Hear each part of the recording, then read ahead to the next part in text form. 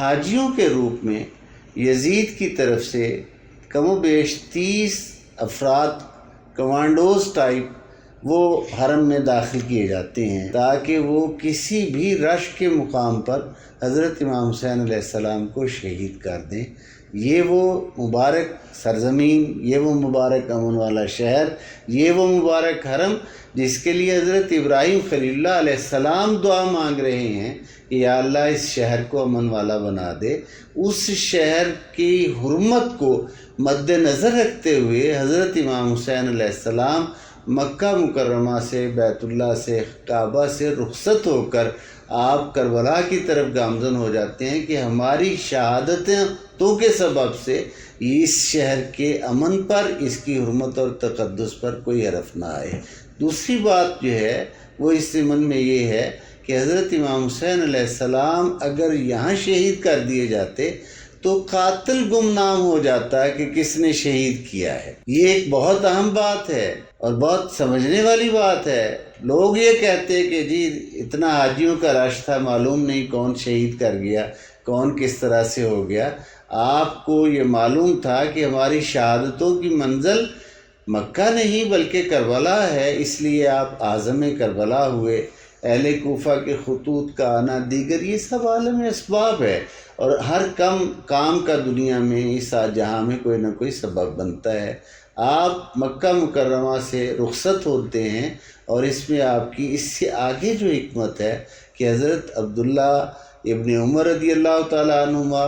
حضرت عبداللہ ابن زبیر رضی اللہ تعالیٰ عنہما، حضرت عبداللہ ابن عباس رضی اللہ تعالیٰ عنہما جیسی مخلص اور بے خواہ ہستیاں وہ آپ کو روک رہی ہیں کہ آپ اس سفر پر نہ جائیں، اور دوسری منزل پر حضرت سیدہ زینب سلام اللہ علیہ کے شوہر نامدار اور آپ کے چچا زاد بھائی حضرت عبداللہ ابن جعفر طیار وہ حاضر خدمت ہوتے ہیں، اور جب ان کا اصرار حد سے بڑھتا ہے کہ آپ نہ جائیں تو آپ بالآخر انہیں فرماتے ہیں کہ مجھے حضور رسالت مآب صلی اللہ علیہ وآلہ وسلم نے خواب میں ایک حکم دیا ہے، میں اس حکم کی تعمیل سے کبھی پیچھے نہیں ہٹوں گا۔ یہ ایک راز کی بات تھی،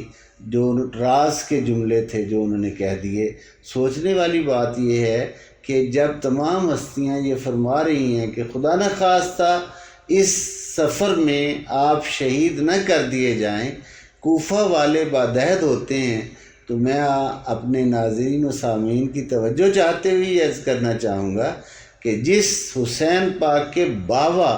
جامع مسجد کوفہ میں عین حالت نماز میں شہید ہوئے، جس کے بھائی حسن مجتبیٰ کو زہر کوفہ میں ملتا رہا، کیا اس حسین کو خبر نہیں کہ کوفہ کی کیفیت کیا ہے، کوفہ کی حالت کیا ہے؟ وہ کوفہ نہیں جا رہے تھے، بس وہ لوگوں کو ایک بات کا جواب دیا جا رہا تھا۔ منزل ہی آپ کی کربلا معلیٰ تھی اور آپ کربلا میں پہنچنا چاہتے تھے۔ اب ایک اور سوال جس کے ساتھ ذہنوں میں آتا ہے، اور بہت سے لوگ یہ کہتے ہیں کہ جب یہ نظر آ رہا ہے کہ اس سفر میں موت آنی ہے یا شہادت ہونی ہے،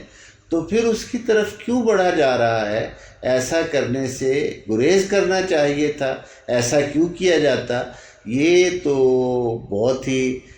دانش مندانہ مشورہ ہے ان لوگوں کے لیے جنہیں اپنی جان پیاری ہوتی ہے اور جن کی شان یہ ہو والذین آمنوا اشد حبا للہ، وہ اللہ سے شدید محبت کرتے ہیں، تو وہ اپنی جان کی پرواہ نہیں کرتے بلکہ وہ راہ حق میں اپنی رب کو راضی کرنے کے لیے اپنا سب کچھ قربان کر دیتے ہیں۔ حضرت عبداللہ ابن عباس نے کہا، عرض کیا کہ اگر آپ فرزند رسول خود جا رہے ہیں تو کم از کم اپنے اہل و عیال کو نہ لے کے جائیں۔ فرمایا میرا پروردگار یہ پسند کرتا ہے کہ میرے ساتھ میری اس آزمائش میں میرے اہل و عیال جو ہیں یہ بھی شامل ہوں اور اس ابتلا کو یہ بھی برداشت کریں۔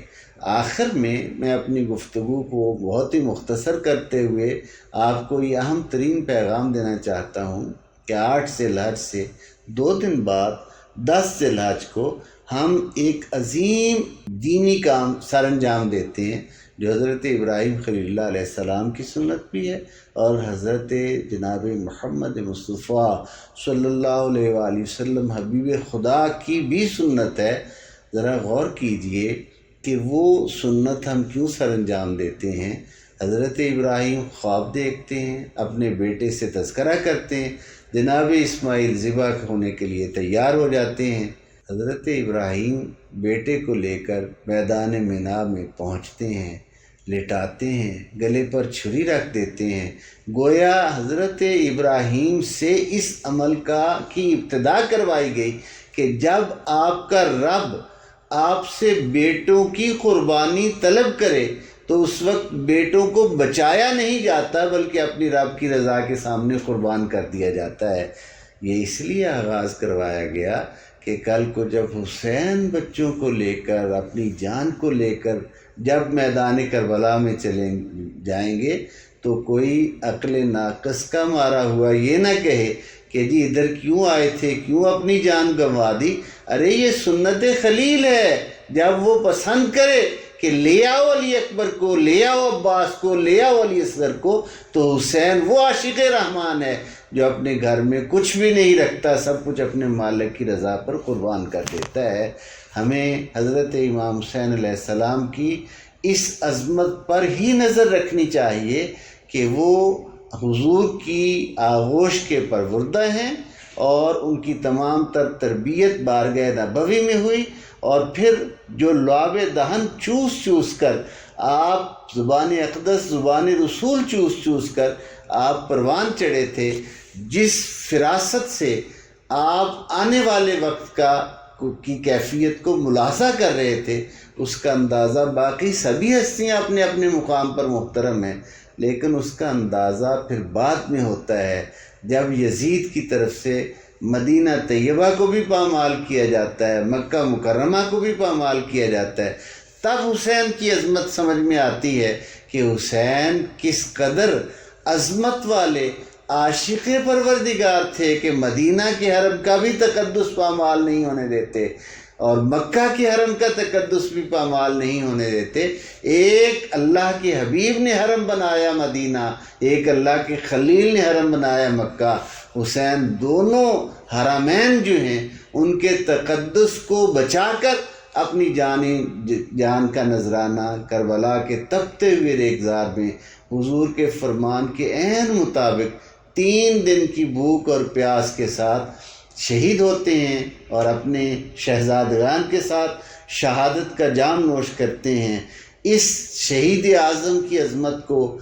کیسے سلام پیش کیا جائے، الفاظ یہاں ساتھ نہیں دیتے۔ جس کی شان یہ ہے، جس کی اپنے رب سے محبت یہ ہے کہ جو قدموں پہ چل سکتے تھے ان کو تو سنوار کر بھیجا گیا، اور جو چل نہیں سکتے تھے ان کو ہاتھوں پر اٹھا کر اس کے اپنے رب کی بارگاہ میں پیش کیا گیا۔ سچ کہا اقبال نے، صدق خلیل بھی ہے عشق، صبر حسین بھی ہے عشق، مارکہ وجود میں بدر و حنین بھی ہے۔